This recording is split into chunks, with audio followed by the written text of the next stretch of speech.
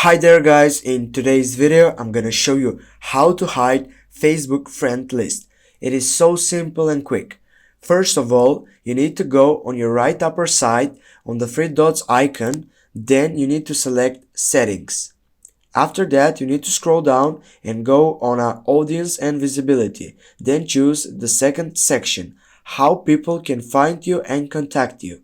Go on there, and as you can see, the second option, who can see your friend list? Go on that. Now you have more options by clicking on see more. For example, you can choose what option you want, but here you have to select the last option, only me. Then go back, go again, and now guys, as you can see, we have done it. You know now how to hide Facebook friend list. Thank you so much guys for watching.